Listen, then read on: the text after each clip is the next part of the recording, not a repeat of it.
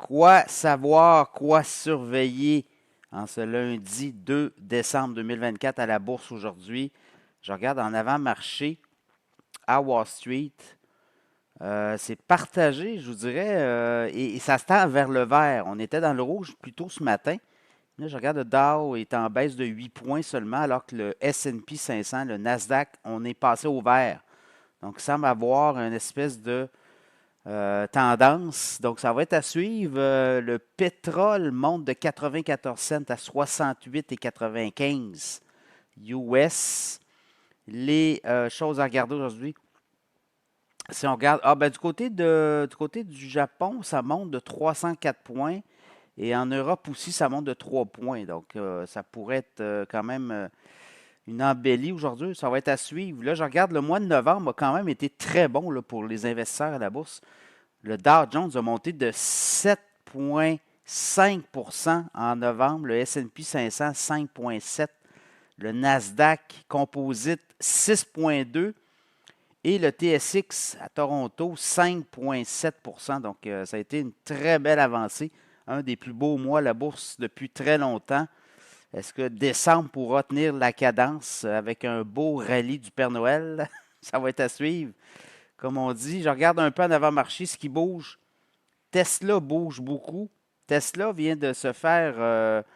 En fait, il y a beaucoup d'analystes là, qui révisent à la hausse leurs cibles, notamment sur toute l'histoire de la conduite autonome et les robots taxis. Et on dit que maintenant, Tesla est vu plus comme une entreprise d'intelligence artificielle. Oui, on vend des voitures électriques, mais il y a tout l'aspect logiciel et tout ce qui est l'intelligence artificielle à l'intérieur même des composantes. Et on dit qu'on dépasse largement là, tout ce qui se fait en termes de fabrication de voitures. Donc, on révise à la hausse fortement. Le titre de Tesla en avant-marché monte de 7,14 $ actuellement. Au moment où je vous parle. Stellantis aussi, des problèmes, le grand patron qui quitte. Donc, voyez-vous, dans le monde de l'automobile, c'est pas facile. Il y a des joueurs qui montent, il y en a plus qui descendent aussi. Donc, voilà. Si je regarde aussi les autres catalyseurs pour cette journée qui s'annonce assez haute, voyez-vous, le titre de Stellantis là, baisse beaucoup. On va avoir aussi les banques canadiennes cette semaine qui vont dévoiler leurs résultats financiers. Demain, la Banque Scotia commence, après ça RBC, la Banque Royale, mercredi. Et ça va débouler comme ça toute la semaine. La TD, jeudi, la BMO. Alors, c'est un peu ça. Du côté canadien, ça va être un peu ce qui va retenir l'attention, là, les banques canadiennes. Ensuite de ça, je regardais le Bitcoin.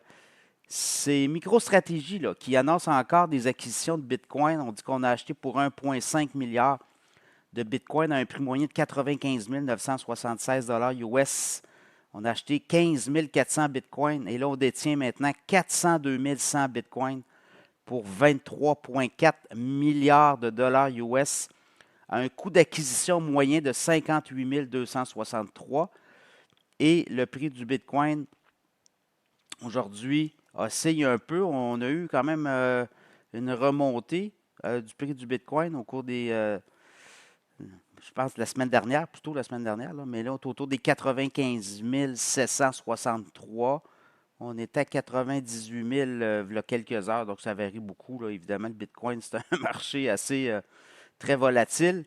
Et si je regarde début, peut-être le mois de novembre, fin 29 novembre, vendredi, on avait atteint quasiment les 99 000.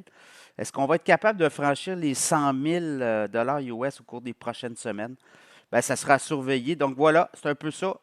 On surveille Tesla aujourd'hui, il va être à surveiller. Je regarde les banques canadiennes aussi. Le Bitcoin, la cour est pleine.